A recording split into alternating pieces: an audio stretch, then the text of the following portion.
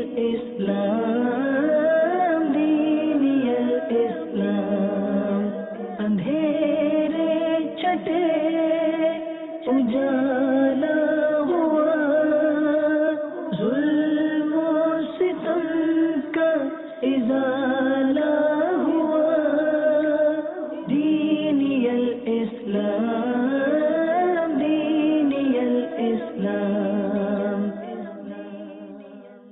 الحمد للہ رب العالمین والصلاة والسلام علی سید الانبیاء والمرسلین اما بعد فاعوذ باللہ من الشیطان الرجیم بسم اللہ الرحمن الرحیم الصلاة والسلام علیک یا رسول اللہ وعلی آلک واصحابک یا حبیب اللہ الصلاة والسلام علیک یا نبی اللہ وعلی آلک واصحابک یا نور اللہ.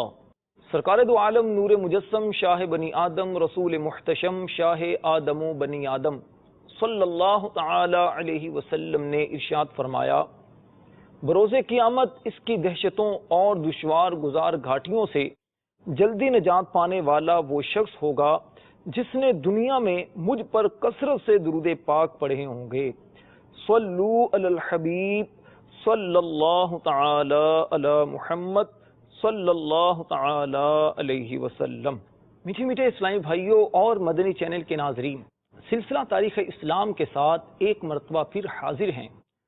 گزشتہ سلسلے میں ہم نے سن 11 ہجری سے 13 ہجری تک کے واقعات کو بیان کیا تھا، جس میں خاص طور پر سیدنا صدیق اکبر رضی اللہ تعالی عنہ کی حیات طیبہ اور آپ کی خلافت راشدہ کے بارے میں بیان ہوا تھا.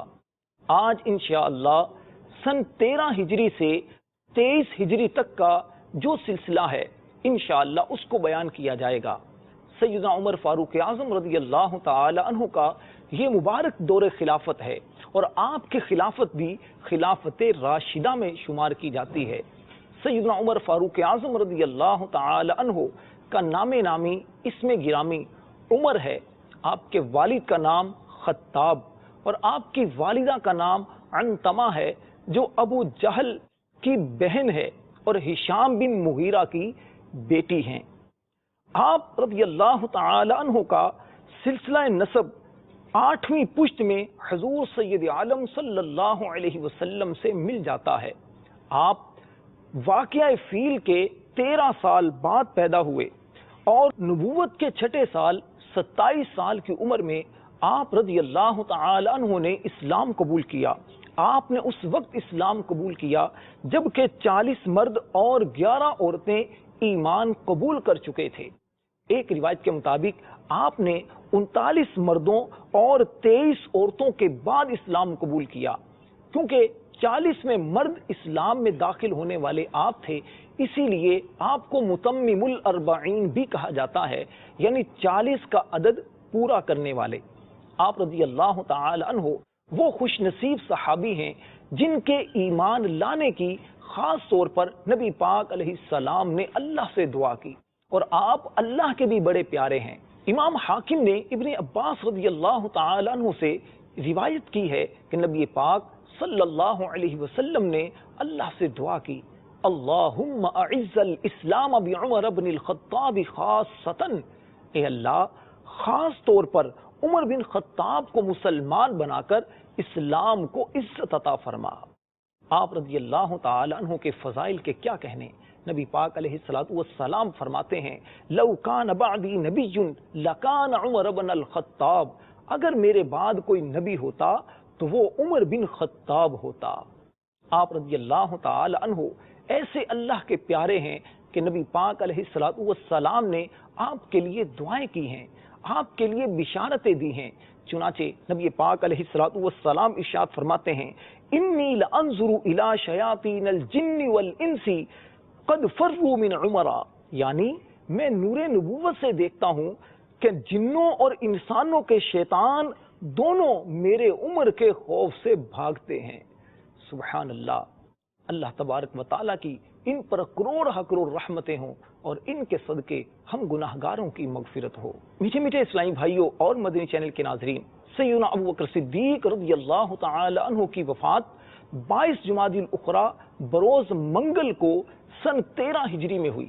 اسی دن حضرت عمر فاروق رضی اللہ تعالی عنہ کو خلیفہ نامزد کیا گیا۔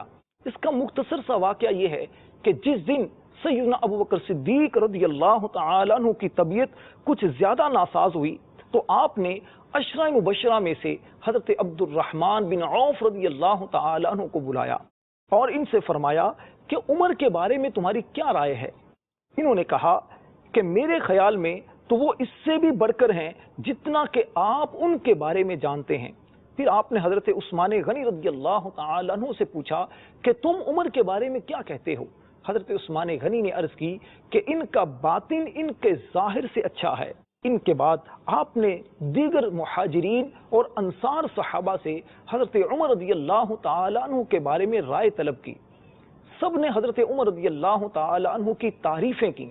ایک شخص نے کہا امیر المؤمنین حضرت عمر فاروق رضی اللہ تعالی عنہ بہت اچھے ہیں، بہت اعلیٰ صفات کے مالک ہیں، لیکن یہ کچھ سخت طبیعت رکھتے ہیں، اس کو دیکھ لیا جائے۔ چنانچہ حضرت ابو بکر صدیق رضی اللہ تعالی عنہ نے فرمایا کہ اس کے باوجود بھی میں ان کو خلیفہ کروں گا۔ ایک شخص نے کہا کہ حضرت عمر رضی اللہ تعالی عنہ کی سخت مزاجی سے آپ واقف ہیں، اس کے باوجود بھی اگر آپ ان کو خلیفہ مقرر کرتے ہیں تو آپ اللہ کو کیا جواب دیں گے؟ اس پر حضرت ابو بکر صدیق رضی اللہ تعالی عنہ نے فرمایا خدا کی قسم تم نے مجھے خوفزدہ کر دیا ہے، میں بارگاہ خداوندی عز و جل میں عرض کروں گا الہ العالمین میں نے تیرے بندوں میں سے بہترین انسان کو خلیفہ بنایا ہے، اور اے اعتراض کرنے والے جو کچھ میں نے تجھے کہا ہے تم دوسرے لوگوں تک بھی پہنچا دینا۔ اس کے بعد حضرت ابو بکر صدیق رضی اللہ تعالی عنہ نے حضرت عثمان غنی ذو النورین رضی اللہ تعالی عنہ سے فرمایا کہ آپ میری یہ وصیت لکھیے، اور یہ وصیت حضرت عثمان غنی نے لکھ کر آپ نے مہر بند کر دی۔ وہ وصیت کیا تھی؟ یہ ہے بسم اللہ الرحمن الرحیم۔ یہ وصیت نامہ جو ابو بکر بن قحافہ نے اپنے آخری زمانہ میں دنیا سے رخصت ہوتے وقت اور عہد آخرت کے شروع میں عالم بالا میں داخل ہوتے وقت لکھایا ہے۔ یہ وہ وقت ہے جب کہ ایک کافر بھی ایمان لے آتا ہے، ایک فاسق و فاجر بھی یقین کی روشنی حاصل کر لیتا ہے، اور ایک جھوٹا بھی سچ بولتا ہے۔ مسلمانوں، اپنے بعد میں تمہارے اوپر عمر بن خطاب کو خلیفہ منتخب کرتا ہوں۔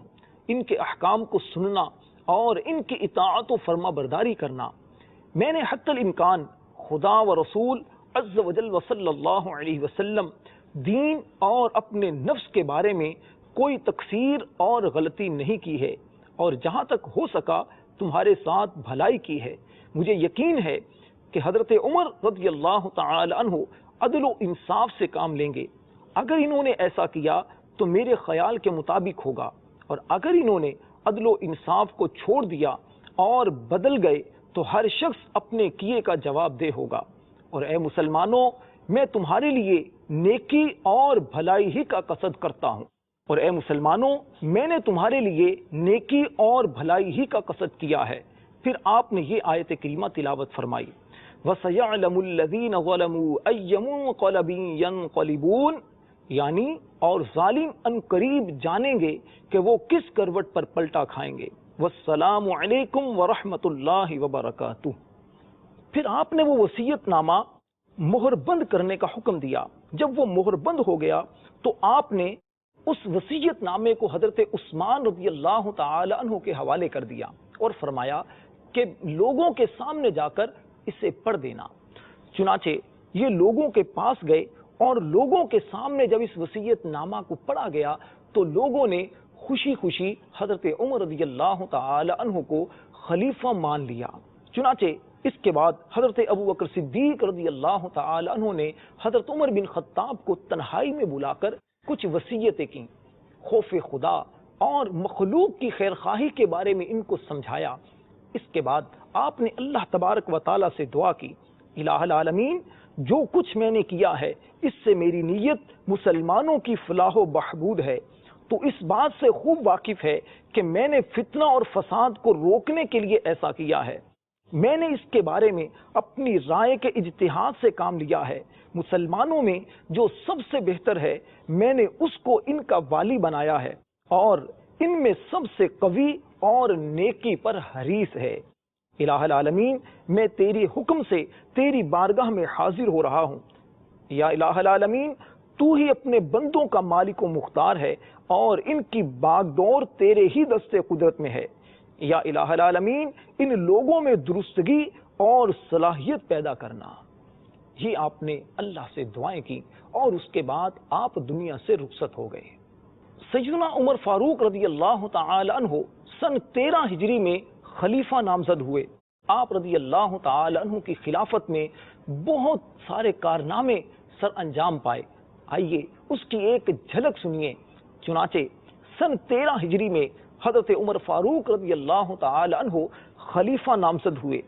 سن 14 ہجری میں آپ نے دمشق، حمص، بعلبک اور بصرہ کو فتح کیا۔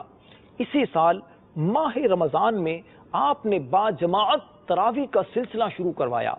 جی ہاں، یہ جو ہم با جماعت تراویح پڑھتے ہیں ماہ رمضان میں ایک امام کے پیچھے، یہ حضرت عمر رضی اللہ تعالی عنہ نے یہ سلسلہ شروع کروایا تھا، اور اس کے بعد آپ نے فرمایا تھا نعمت البدعۃ ھذہ، کتنی اچھی بدعت ہے، کتنا اچھا طریقہ ہے جو حضرت عمر رضی اللہ تعالی عنہ نے اسلام میں جاری کیا۔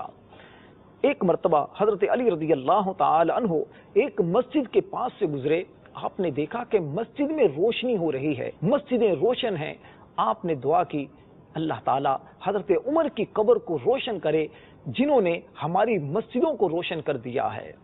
حضرت عمر فاروق رضی اللہ تعالی عنہ کے زمانہ خلافت میں سن 15 ہجری میں اردن اور طبریہ فتح ہوا، جنگ یرموک اور جنگ قادسیہ لڑی گئی، اور اسی سن 15 ہجری میں حضرت سعد بن ابی وقاص رضی اللہ تعالی عنہ نے مشہور شہر کوفہ کو بسایا، جاگیریں مقرر کی، دفتر اور رجسٹر بنوائے، اور وہ صحابہ جو پہلے ایمان لا چکے تھے ان صحابہ کرام کو آپ نے عطیات عطا فرمائے۔ سن 16 ہجری میں اہواز اور مدائن فتح ہوئے۔ سعد بن ابی وقاص رضی اللہ تعالی عنہ نے ماہ سفر میں کسرا کے محل کے اندر جمعہ قائم کیا، اور یہ پہلا جمعہ تھا جو عراق میں پڑھا گیا۔ اسی سال آپ رضی اللہ تعالی عنہ بیت المقدس میں تشریف لے گئے۔ آپ کے جانے کی برکت سے بیت المقدس فتح ہوا اور اسلام کا پرچم وہاں بھی بلند ہوا۔ اسی سال سن 16 ہجری میں حضرت علی رضی اللہ تعالی عنہ کے مشورے سے ماہ ربیع الاول میں آپ نے ہجری سن کا آغاز کیا۔ جی ہاں، آج جو ہم ہجری سن دیکھتے ہیں، محرم، صفر، ربیع الاول، ربیع الثانی، جمادی الاول، جمادی الثانی، رجب، شعبان، رمضان، شوال، ذوالقعدہ، ذوالحج، یہ جو اسلامی مہینے ہیں، ان مہینوں کو اور اسلامی تاریخ کا آغاز حضرت عمر رضی اللہ تعالی عنہ نے کیا ہے۔ سن 17 ہجری میں ماہ ربیع الاول میں آپ نے مسجد نبوی کی توسیع کی، اس میں وسعت آپ نے کروائی۔ اسی سال حجاز مقدس میں قحط پڑا، خشک سالی ہوئی، اس پر آپ نے حضرت عباس رضی اللہ تعالی عنہ جو نبی پاک علیہ السلام کے چچا ہیں ان کا ہاتھ پکڑا اور اللہ سے دعا کی۔ وہ دعا کیا کی؟ وہ آپ نے اللہ سے دعا یہ کی، اللہم انا نتوسل الیک بعم نبینا ان تذہب عنا المحل وان تسقینا الغیث۔ اے اللہ، ہم تیرے نبی صلی اللہ علیہ وسلم کے چچا کو وسیلہ بنا کر تیری بارگاہ میں عرض کرتے ہیں، قحط اور خشک سالی کو ختم فرما اور ہم پر باران رحمت کا نزول فرما۔ روایت میں آتا ہے کہ یہ دعا مانگ کر ابھی آپ واپس نہیں پلٹے تھے کہ اس سے پہلے بارش نازل ہونا شروع ہو گئی، بارش ہو گئی اور قحط سالی کا زور ختم ہونا شروع ہو گیا، اور یہ بارش کئی دن تک مسلسل ہوتی رہی۔ سن 18 ہجری میں نیشا پور اور حلوان فتح ہوئے۔ اسی سال طاعون کی وبا پھیلی، ایک کثیر بیماری پھیلی جس سے بہت لوگوں کو نقصان ہوا۔ سن 19 ہجری میں کیساریہ فتح ہوا اور سن 20 ہجری میں مصر فتح ہوا۔ اسی سال کیسر روم جو روم کا بادشاہ تھا اس کا انتقال ہوا، اور سن 20 ہجری میں آپ نے خیبر اور نجران سے یہودیوں کو جلا وطن کیا۔ اسی سال خیبر اور وادی قرا کو آپ نے تقسیم کر دیا۔ سن 21 ہجری میں اسی سال آپ نے اسکندریہ اور نہاوند کو فتح کیا، جس کے بعد اجمیوں کا زور ٹوٹ گیا اور اجمیوں کے اندر یعنی غیر عرب کے اندر کوئی ایسا نہ رہا جو اسلام کے خلاف سازشیں کر کے اسلام کو نقصان پہنچانے کی جرأت کر سکے۔ سن 22 ہجری میں آذربائیجان فتح ہوا اور سن 23 ہجری میں سجستان، مکران اور اصفہان وغیرہ فتح ہوئے۔ حضرت عمر رضی اللہ تعالی عنہ کا دور خلافت ایسا شاندار دور تھا کہ جس میں آپ رضی اللہ تعالی عنہ نے اسلام کے لیے بڑی بڑی قربانیاں دیں، اسلام کو دنیا بھر میں عام کرنے کا سلسلہ شروع کیا۔ سیدنا عمر فاروق اعظم رضی اللہ تعالی عنہ مقام منی سے واپس آ رہے تھے تو آپ نے ایک جگہ پر اللہ رب العزت سے یہ دعا کی، اللہم ارزقنی شہادتا فی سبیلک واجعل موتی فی بلد رسولک۔ اے اللہ، مجھے اپنے راستے میں شہادت کی موت عطا فرما اور میری موت اپنے محبوب علیہ السلام کے شہر میں فرما۔ آپ کی یہ دعا اللہ کی بارگاہ میں قبول ہوئی اور آپ کو مدینہ پاک میں نماز فجر کے اندر حضرت مغیرہ بن شعبہ رضی اللہ تعالی عنہ کے مجوسی غلام ابو لؤلؤ فیروز نے نماز فجر میں آپ پر حملہ کیا اور 26 ذو الحج سن 23 ہجری میں بدھ کے دن آپ پر یہ حملہ ہوا، آپ کو زخمی کیا گیا اور چند دن آپ زخموں کی حالت میں رہے۔ آپ کو جب دودھ پلایا جاتا تو وہ دودھ آپ کی آنتوں کے راستے سے باہر نکل آتا۔ ایسی حالت میں بھی آپ رضی اللہ تعالی عنہ خوف خدا رکھنے والے تھے، نماز کی کتنی محبت کرنے والے تھے کہ جب نماز کا وقت آتا فوراً پوچھتے کہ نماز کا وقت چلا تو نہیں گیا۔ ایسی حالت میں بھی آپ نے نمازوں کو ضائع نہیں کیا۔ اور آج ہماری حالت کیا ہے کہ آج کوئی ہمیں مشکل بھی نہیں ہوتی، کوئی پریشانی بھی نہیں ہوتی، محض سستی کی وجہ سے مسلمان نمازوں کو قضا کر ڈالتے ہیں۔ حضرت عمر فاروق رضی اللہ تعالی عنہ کی سیرت طیبہ سے رہنمائی لیتے ہوئے ہمیں بھی چاہیے کہ ہم نمازوں کی پابندی کریں۔ بہرحال سیدنا عمر فاروق رضی اللہ تعالی عنہ کو 26 ذو الحج کو آپ کو زخمی کیا گیا اور چند دن آپ زخمی حالت میں رہے اور یکم محرم الحرام سن 24 ہجری میں آپ رضی اللہ تعالی عنہ نے 63 سال کی عمر میں جام شہادت نوش کیا۔ انا للہ و انا الیہ راجعون۔ اعلی حضرت امام اہل سنت مولانا شاہ احمد رضا خان رحمۃ اللہ علیہ کیا خوب کہتے ہیں، وہ عمر جس کے آداب پہ شیدا سکر، اس خدا دوست حضرت پہ لاکھوں سلام۔ اللہ تعالیٰ کی ان پر کروڑ ہا کروڑ رحمتوں کا نزول ہو۔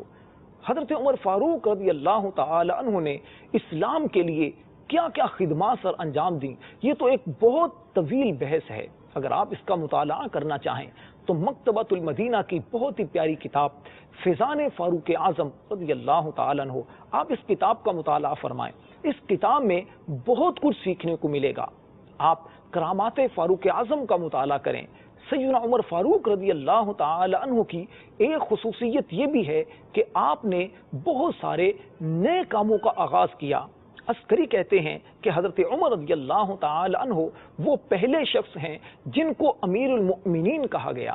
اس کا واقعی بڑا دلچسپ ہے۔ حضرت عمر رضی اللہ تعالی عنہ نے عراق کی طرف ایک خط روانہ کیا کہ مجھے 2 ایسے شخصوں کی ضرورت ہے جو مجھے عراق کے حالات بیان کر سکیں۔ چنانچہ لبید بن ربیعہ اور ایک اور صاحب یہ دونوں عراق سے آئے اور انہوں نے مدینہ میں آ کر پوچھا کہ امیر المؤمنین کہاں ہیں۔ جب صحابہ نے ان سے یہ لفظ سنا تو ان کو بڑا پسند آیا۔ حضرت عمر رضی اللہ تعالی عنہ کے پاس یہ گئے اور جا کر امیر المؤمنین کہا تو اس کے بعد یہ لفظ رائج ہو گیا اور اس کے بعد حضرت عمر رضی اللہ تعالی عنہ کو امیر المؤمنین کہا جانے لگا۔ آپ ہی وہ پہلے شخص ہیں جنہوں نے تاریخ اور سال ہجری کو جاری کیا۔ سب سے پہلے آپ نے ہی بیت المال کو مقرر کیا۔ سب سے پہلے ماہ رمضان میں تراویح کی نماز باجماعت آپ نے جاری فرمائی۔ لوگوں کے حالات معلوم کرنے کے لیے راتوں کو آبادی کا گشت سب سے پہلے آپ نے کیا، اور کسی کی مذمت کرنے والے لوگوں پر حد جاری بھی آپ نے فرمائی۔ جن لونڈیوں سے اولاد ہو جائے ان کی خرید و فروخت ممنوع قرار دی۔ نماز جنازہ میں 4 تکبیریں پڑھنے کا حکم بھی آپ نے دیا۔ دفاتر قائم کیے اور وزارتیں معین اور مقرر فرمائیں۔ سب سے زیادہ فتوحات آپ نے حاصل کی۔ مصر سے بحر ایلا کے راستے مدینہ منورہ غلہ پہنچانے کا بندوبست بھی سب سے پہلے آپ نے کیا۔ صدقے کا مال اسلامی امور میں خرچ کرنے سے آپ نے روکا۔ ترکہ اور ورثے کے مقررہ حصوں کی تقسیم کا نفاذ بھی سب سے پہلے آپ نے کیا۔ سب سے پہلے گھوڑوں پر زکوٰۃ بھی آپ نے وصول کی۔ یہ وہ باتیں ہیں جن کو حضرت عمر رضی اللہ تعالی عنہ نے شروع کیا، اور جب تک آپ زندہ رہے ان کو سر انجام دیتے رہے۔ آپ ہی نے سب سے پہلے درہ ایجاد کیا، اور آپ کا درہ ایجاد کرنے کے بعد یہ بات ضرب المثل بن گئی کہ حضرت عمر کا درہ تمہاری تلواروں سے زیادہ ہیبت ناک ہے۔ آپ ہی وہ انسان ہیں جنہوں نے شہروں میں سب سے پہلے قاضی مقرر کیے۔ آپ نے کوفہ، بصرہ، جزیرہ، شام، ملک کے مصر اور موصل کے شہر آباد کیے۔ آپ رضی اللہ تعالی عنہ وہ انسان ہیں کہ جنہوں نے مسجدوں کو روشن کیا۔ ابن سعد کا بیان ہے کہ حضرت عمر رضی اللہ تعالی عنہ نے آٹے کا ایک گودام بنوا دیا تھا۔ اس میں آٹا، ستو، کھجوریں، منقع اور مزید اشیاء رکھیں تاکہ لوگوں کو ان چیزوں کی جب ضرورت پڑے، جو مسافر ہوں، جو تنگ دست ہوں، جب بھی آ کر ان کو ضرورت پڑے تو یہاں سے وہ حاصل کر سکتے ہیں۔ آپ رضی اللہ تعالی عنہ نے ہی مسجد نبوی کو وسیع کیا اور اس میں ٹاٹ کا فرش بچھوایا۔ آپ نے ہی یہودیوں کو نجد سے شام کی طرف بھیج دیا اور نجران کے یہودیوں کو کوفہ منتقل کیا۔ آپ ہی وہ پہلے انسان ہیں جنہوں نے مقام ابراہیم کو خانہ کعبہ سے کچھ دور کر کے نصب کیا۔ اس سے پہلے یہ مقام ابراہیم خانہ کعبہ کے ساتھ بالکل ملا ہوا تھا۔ حضرت عمر رضی اللہ تعالی عنہ کی کن کن خصوصیات کو ذکر کیا جائے۔ آپ رضی اللہ تعالی عنہ وہ عظمت والے انسان ہیں کہ جنہوں نے اگر اپنے گورنر کو مقرر کیا، کسی جگہ کا حاکم مقرر کیا، تو ان کے لیے بھی آپ نے شرائط رکھیں۔ جی ہاں، حذیمہ بن ثابت کہتے ہیں کہ حضرت عمر رضی اللہ تعالی عنہ جب کسی شخص کو والی مقرر کرتے تو یہ شرائط رکھتے اور ان شرائط کو ضبط تحریر میں لے آتے تھے۔ کیا پہلی شرط وہ ترکی گھوڑے پر سوار نہ ہو، دوسری شرط اعلیٰ درجے کی غذا نہ کھائے، تیسری شرط باریک ریشمی کپڑا نہیں پہنے گا، چوتھی شرط اور اہل حاجات کے لیے اپنے دروازے کو بند نہیں کرے گا، اگر ایسا کرے گا تو سزا کا مستحق ہوگا۔ یہ ہے اسلام کی روشن تاریخ۔ جس کے حکمران ایسے ہوں ان کی عوام کا کیا عالم ہوگا۔ حضور صلی اللہ علیہ وسلم کے تربیت یافتہ صحابہ ایسے پیارے صحابہ تھے جنہوں نے دنیا کے اندر اسلام کو عام کیا۔ ان کی اپنی سیرت طیبہ کا عالم کیا ہوتا تھا۔ حضرت عمر رضی اللہ تعالی عنہ کا خوف خدا ایسا تھا کہ آپ تنہائی میں اپنے نفس کو مخاطب کر کے کہا کرتے تھے کہ ارے تو امیر المومنین ہے، لوگ تجھے امیر المومنین کہتے ہیں اور تیرا حال کیا ہے۔ ان کے عدل و انصاف کا یہ عالم تھا۔ فرماتے ہیں اگر ایک نہر کے کنارے کوئی کتا بھی پیاسا مر گیا تو عمر کو اس کا بھی فکر ہے۔ سبحان اللہ، کیسے یہ حکمران ہوا کرتے تھے۔ اللہ تبارک و تعالیٰ کی ان پر کروڑ ہا کروڑ رحمتیں ہوں۔ آپ رضی اللہ تعالی عنہ پیود والا لباس زیب تن کر لیا کرتے تھے۔ آپ کو بیت المال سے جو وظیفہ ملتا وہ بھی بہت تھوڑا سا ہوتا تھا۔ آپ کے پاس کسی نے سفارش کی کہ آپ کا وظیفہ کچھ بڑھا دیا جائے، اس پر آپ غصے میں آ گئے کہ تم مجھے کیوں دنیا کے معاملات میں دھکیلنا چاہتے ہو۔ حضرت عمر رضی اللہ تعالی عنہ سے ملنے کے لیے دور سے کوئی آدمی آیا، کوئی غیر مسلم تھا۔ اس نے پوچھا کہ تمہارا بادشاہ کہاں ہے؟ مدینہ والوں نے کہا کہ ہمارا بادشاہ نہیں ہے بلکہ ہمارے تو امیر المؤمنین ہیں، وہ جنگل میں ہوں گے۔ وہ آدمی حضرت عمر کو ڈھونڈتے ہوئے جب گیا، دیکھا کہ آپ ایک درخت کے سائے میں آپ آرام فرما رہے ہیں۔ حضرت امیر المؤمنین رضی اللہ تعالیٰ عنہ کو اس نے بیدار کیا اور کہا اے مسلمانوں کے امیر، آپ عدل و انصاف کرتے ہیں، آپ لوگوں کا خیال کرتے ہیں، اس لیے آپ بے فکر ہو کر آپ آرام کی نیند سے سو رہے ہیں، اور ہمارے بادشاہ لوگوں پر ظلم کرتے ہیں، اسی لیے وہ آج اتنے زیادہ پریشان رہتے ہیں۔ اللہ تبارک و تعالیٰ کی ان پر کروڑ ہا کروڑ رحمتوں کا نزول ہو اور ان کے صدقے ہماری بے حساب مغفرت ہو، آمین بجاہ النبی الامین صلی اللہ علیہ وسلم۔ دینی الاسلام، دینی الاسلام، اندھیرے چھٹے اجالے